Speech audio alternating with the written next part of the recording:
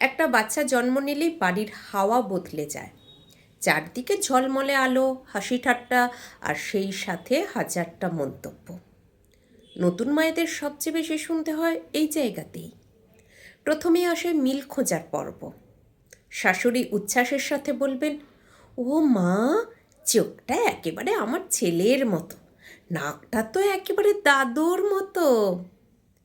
এরপর মিল খোঁজা চলতেই থাকে। মজার ব্যাপার হলো, বাচ্চার মধ্যে সবার মিল খুঁজে পাওয়া যায়, এমনকি দূরের মেজ পিসির ননদের সাথেও। কিন্তু যিনি তাকে 10 মাস গর্ভে রাখলেন, রক্ত ঘাম দিয়ে পৃথিবীতে আনলেন, মায়ের মতো কিছু দেখতেই পাওয়া যায় না। আর যদি দেখা যায় তবে শোনাবে, চুলটা একটু কম, ওইটা ঠিক মায়ের মতো। এরপর আসে সন্তান মানুষ করার ধাপ। এখানেই শুরু হয় তুলনা। কথাটা প্রায় শোনা যায়, আমাদের সময় কত কষ্ট করেছি, ডাইপার ছিল না, ফিডার ছিল না, কাজের লোক ছিল না, তবুও আমরা সন্তান মানুষ করেছি।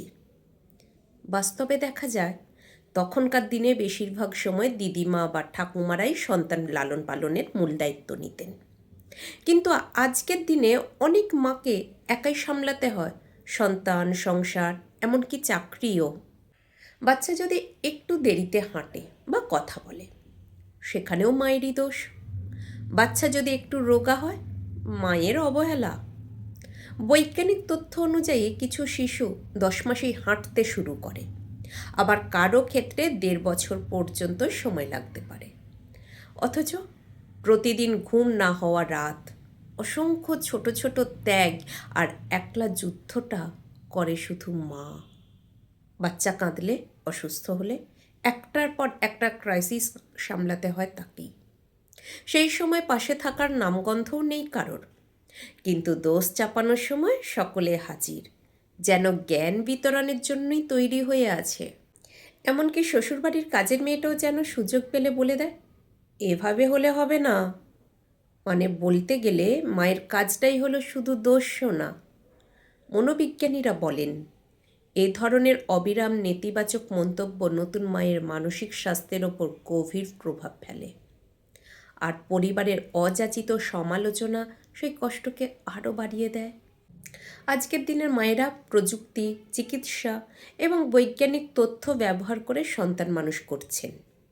কোথায় কি খেতে হবে, কখন ডাক্তারের কাছে যেতে হবে, কোন ভ্যাকসিন দরকার, সব কিছু তারা জানেন। অথচ তাদের প্রতিটি পদক্ষেপকে ছোট করে দেওয়া হয়, আমাদের সময় এসব ছিল না। এই তুলনার মাধ্যমে আগে যেখানে চিকিৎসার জ্ঞান সীমিত ছিল, এখন প্রতিটি শিশুর জন্য আলাদা গ্রোথ চার্ট তৈরি হয়। আগে সন্তান মানুষ করার কাজটা অনেকটাই যৌথ পরিবারে ভাগ হয়ে যেত, আজকের দিনে সেটা নতুন মায়ের একার দায়িত্ব। প্রতিটি মায়ের প্রতি আজকের দিনের একটাই কথা, নিজেকে ছোট ভেবো না। কারোর কথায় কষ্ট পেলে মনে রেখো, তোমার সন্তানের পৃথিবী আলোকিত হয় তোমার চোখের আলোতেই। তুমি রাত জেগে ওর পাশে থাকো, তুমি ওকে প্রথম হাঁটতে শেখাও, তুমি ওর চোখে প্রথম স্বপ্ন দেখাও। তাই এই পৃথিবীতে তোমার চেয়ে বড় আর কেউ নেই। সব মায়েদের উদ্দেশ্যে একটাই শুভেচ্ছা, ভালো থেকো।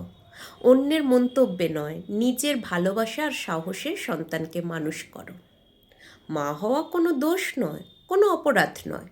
মা হওয়া এক বিশাল শক্তি, আর এই শক্তির সামনে সব নেতিবাচক শব্দই তুচ্ছ।